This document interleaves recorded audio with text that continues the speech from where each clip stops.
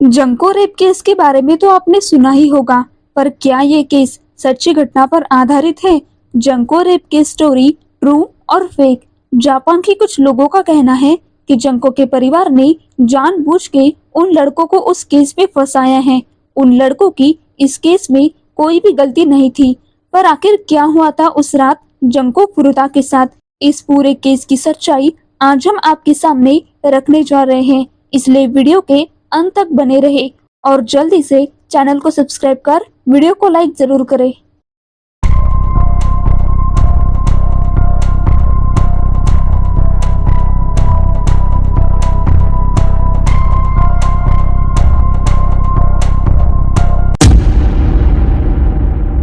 Junko नाम की एक जापान की लड़की जिसके साथ 40 दिनों तक हुआ था गैंग रेप और फिर उसे सीमेंट के घोल में दफन कर दिया गया।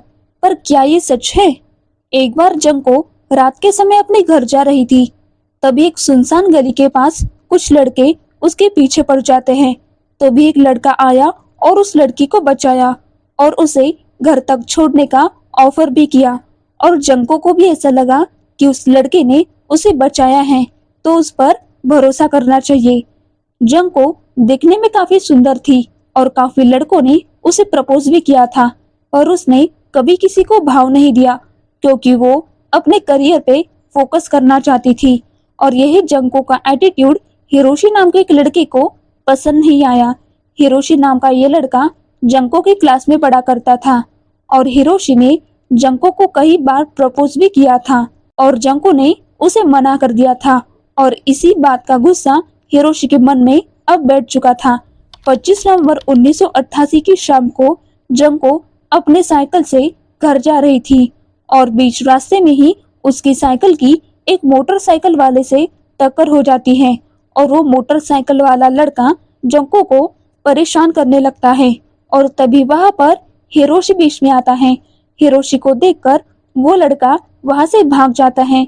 उसके बाद हिरोशी ने जंको को घर पर छोड़ने का ऑफर दिया और जंको को लगा कि उसका उस रास्ते से अकेले जाना सेफ नहीं और इसलिए उसने भी इस ऑफर को हाँ कर दी। असल में ये सारा एक्सीडेंट वाला किस्सा ही एक प्लान था और वो लड़का जिसने जंको को टक्कर मारी थी उसका नाम मिनाटी था और ये मिनाटी हिरोशी के सबसे खास दोस्तों में से एक था और इन सब ने प्लान करके जंको को फंसाया था। इसी बीच 27 नवंबर की तारीख आ गई। अब तक जंको के माता पिता को भी उसकी टेंशन होने लगी थी और उन्होंने पुलिस में भी रिपोर्ट दर्ज करवा ली थी। और तभी उनके पास 27 तारीख की शाम को एक फोन आया और ये फोन था जंको का और उसके माता पिता ने फोन उठाया तो कॉल पर जंको थी और उसने कहा कि वो अपने दोस्तों के साथ बाहर घूमने गई हैं, थोड़े दिन में वापस आ जाएंगी और आपने जो पुलिस कंप्लेंट की है वो वापस ले लीजिए। पहले तो जंको के माता पिता को शक हुआ, लेकिन फिर भी उन्होंने उस बात को लाइटली लेकर पुलिस की जांच वहीं पर रुकवा दी। अब तक तो आप समझ ही चुके होंगे कि इन लड़कों ने जंको को किडनैप किया था। उन लड़कों ने पहले तो जंको को एक गोडाउन में रखा और उसके साथ अनगिनत बार बलात्कार किया और जब उनका खुद का मन भर गया तो उन्होंने उनके गैंग मेंबर्स को बुलाना शुरू किया। वो भी बार बार आकर जंको के साथ गलत हरकतें करते जाते।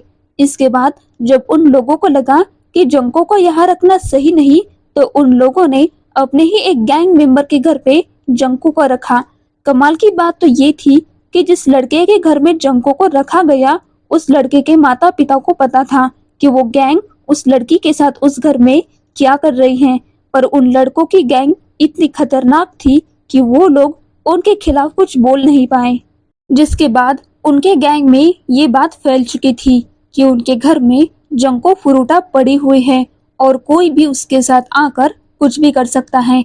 और एक दिन में 12-12 लड़के जंको के ऊपर टूट पड़ते थे।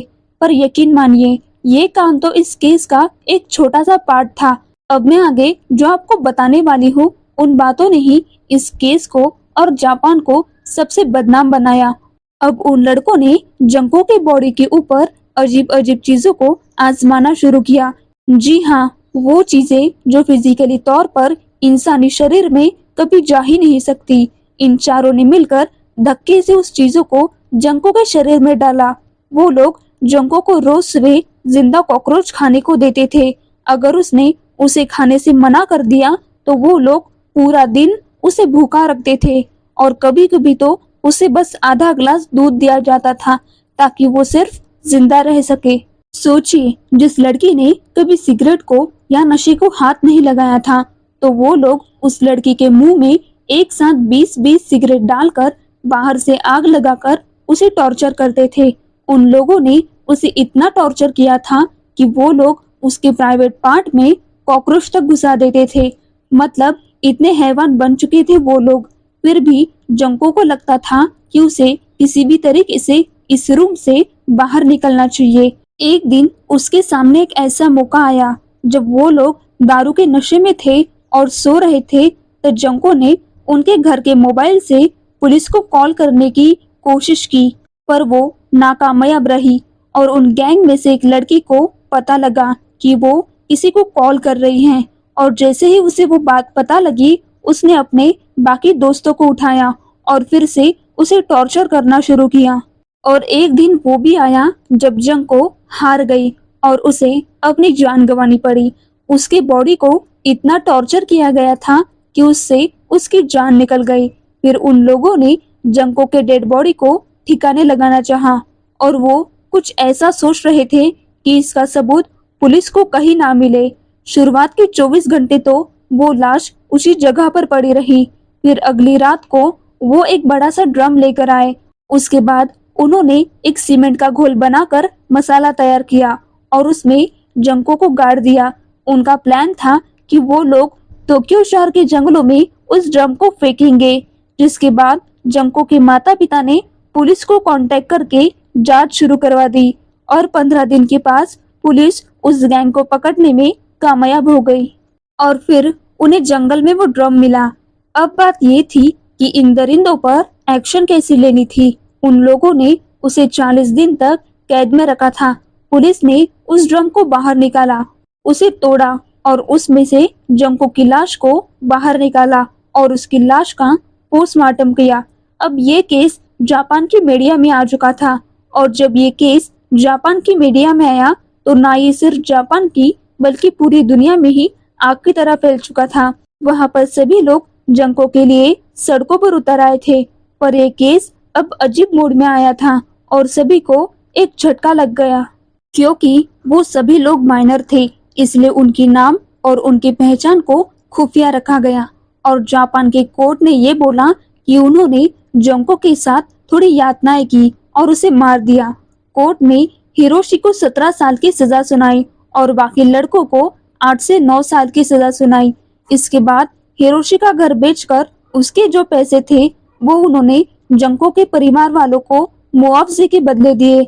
आप सबको क्या लगता है, जापान ने जंको के साथ इंसाफ किया है और इन लोगों को और बदतर सजा देनी चाहिए थी? तो ये थी जंको फुरुटा की दर्दनाक कहानी और ये कहानी एक सच्ची कहानी है। वो लड़के जंको के दोषी थे। इस कहानी में कोई भी फेकनेस नहीं है। अब आप सबका इस कहानी पर क्या कहना है, कमेंट बॉक्स में जरूर बताएं।